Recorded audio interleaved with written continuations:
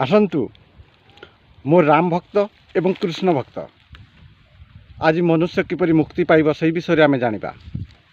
देखंतु मुक्ति कौन ना कैदीटी जेल रे अछि, कैदीटी जेल रे अछि, बंदी रे अछि, किंतु जो समय ताकू आमे खुलास करदेबा से ताकू मुक्ति प्राप्त हब।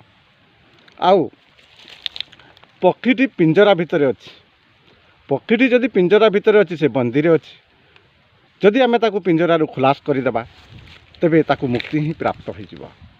तेणु तेणु आउ ठीक सही परी ये सारा संसार लोक काम क्रोध लोभ हिंसा ईर्षा अभिमान रे से माने बांधी होई रहिछंती।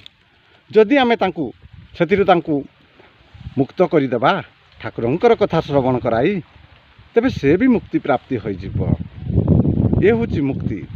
आउ गोटे मुक्ति कौन रही ना जदि बंची थिबा अवस्था रे जदि मोह को आपण त्याग करदेबे, बंची थिबा अवस्था रे जदि आपण मोह को त्याग करदेबे ना तेबे आपण मुक्ति को प्राप्त लाभ करिवो।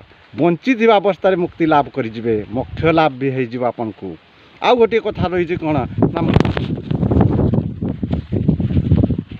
मनुष्य जदि आसीबार एवं जीवार रास्ताटा पाई जाए, आसीबार आउ जीवार रास्ताटा जदि ताकू मिली गला ना सही व्यक्ति मुक्ति को लाभ करिवो। केमिति ना से प्रभुंक पाखरु आछंती, मु भगवान को पाखरु आछि, तेणुकरी मु भगवान को पाखकु किपरि जीवी से रास्ताटी ताकू सत्संग को जदि जीव ठाकुरंकर कथा श्रवण करिवो एवं से धीरे धीरे मुक्ति को प्राप्त लाभ करिवो।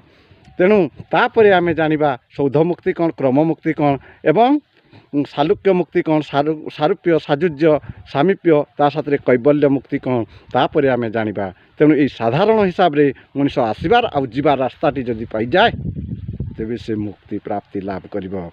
ये होची ठाकुर लक्ष्मी नारायणकर कथा। जय श्री राम।